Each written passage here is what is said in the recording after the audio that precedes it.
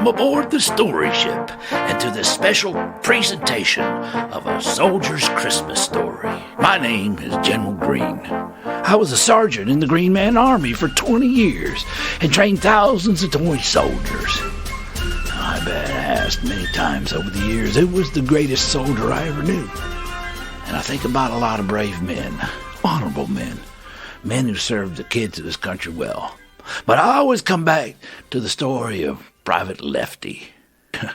Don't get me wrong, this Private Lefty was far from perfect. When he showed up for basic training, he was fresh out of the mold. He had extra plastic edges all around his legs and helmet, especially on the bottom. Lefty was a recon soldier, the one with the arm waving in the sky.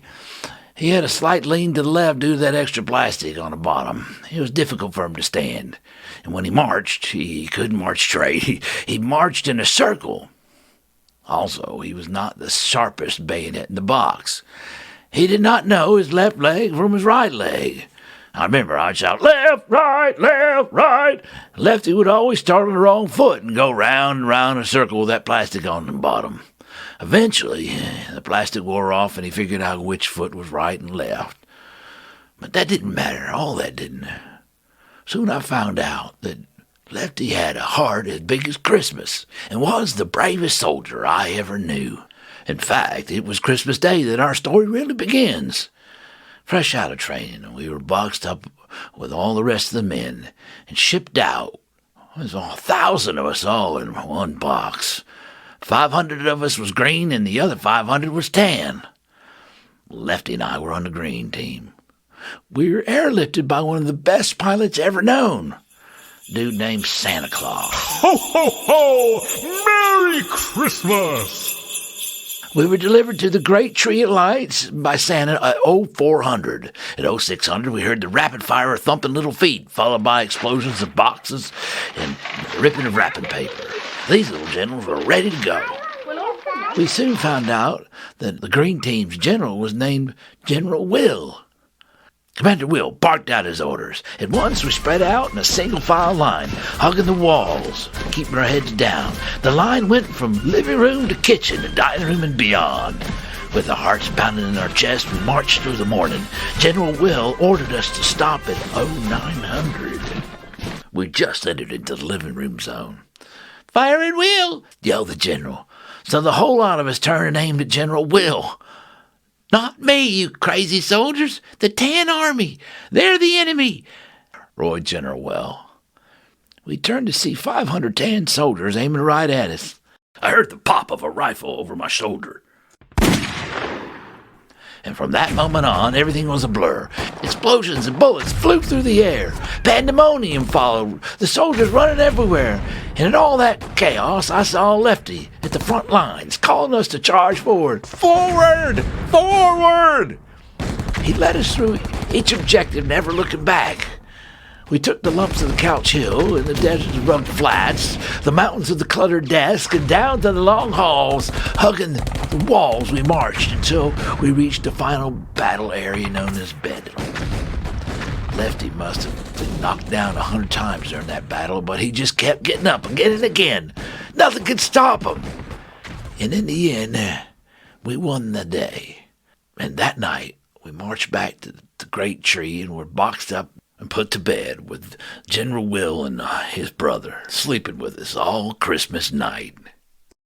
Now, over the years, we fought many great battles in parks and sidewalks and beaches and steps and best friends' backyards.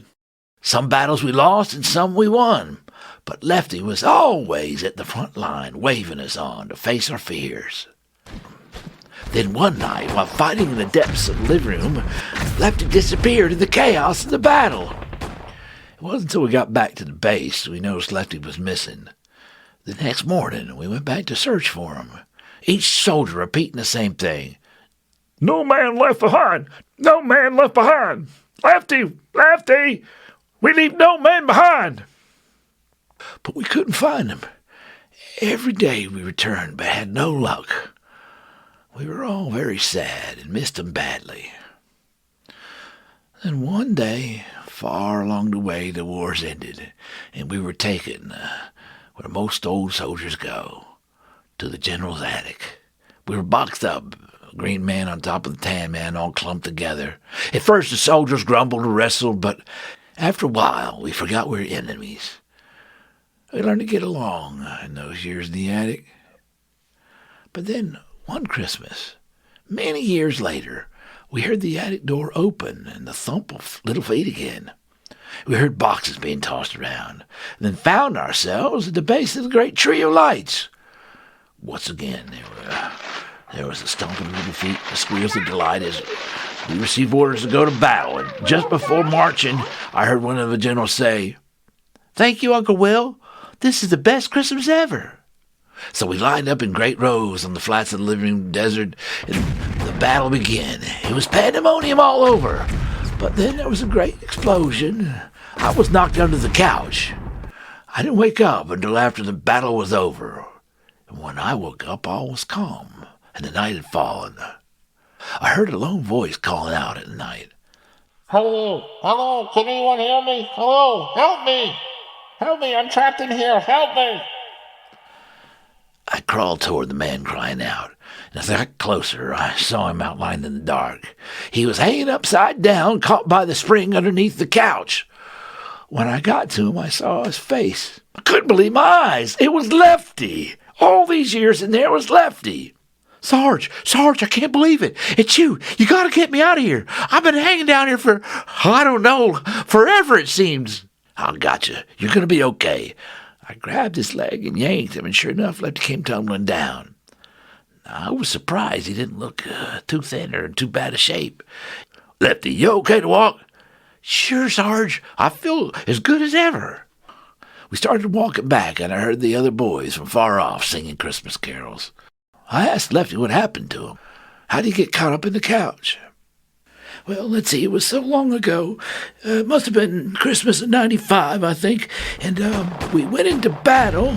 There was a great big explosion, and I went flying through the air. And then I found myself caught up with my leg in this couch upside down.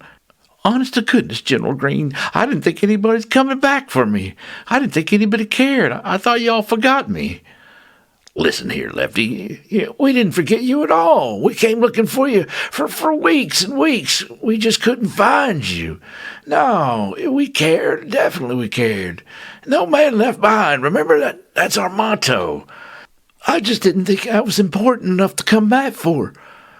"Lefty, listen to me. Every man is important. Every person's important. There's not one person more important than the other. Without each other, we can't survive. Why, if we didn't have doctors, a lot of us wouldn't even make it. And if there were no teachers, there would be no doctors. And if there's no artists, there would be no beauty in paintings. Or if there's no music, we wouldn't have Christmas carols. And if there's no soldiers, we wouldn't even have a country to live in. It doesn't matter what you do. You can be anything. You're important." Well, thank you, sir. I'm glad you came and got me. This is the best Christmas ever." "Merry Christmas, Lefty. Merry Christmas." "Merry Christmas to you, too, General Green. Merry Christmas to you." We headed on back, and there were the two young boys playing just like old times. And, well, we played on for years with those boys, and now here it is, some 20 years later, and I'm trapped back up in this attic. And I think back on all these wonderful journeys that we've had over the years and how important it is, these memories we've created. And I hope these boys don't forget us, and that someday in some future Christmas, we'll hear the pitter-patter of those feet and this attic door open, and somebody come up here and get us out to play on Christmas Day. This has been a special presentation of the Story Ship podcast. We want to thank you for listening and invite you to please like and subscribe to our podcast. And we want to wish everyone a very, very merry and safe Christmas.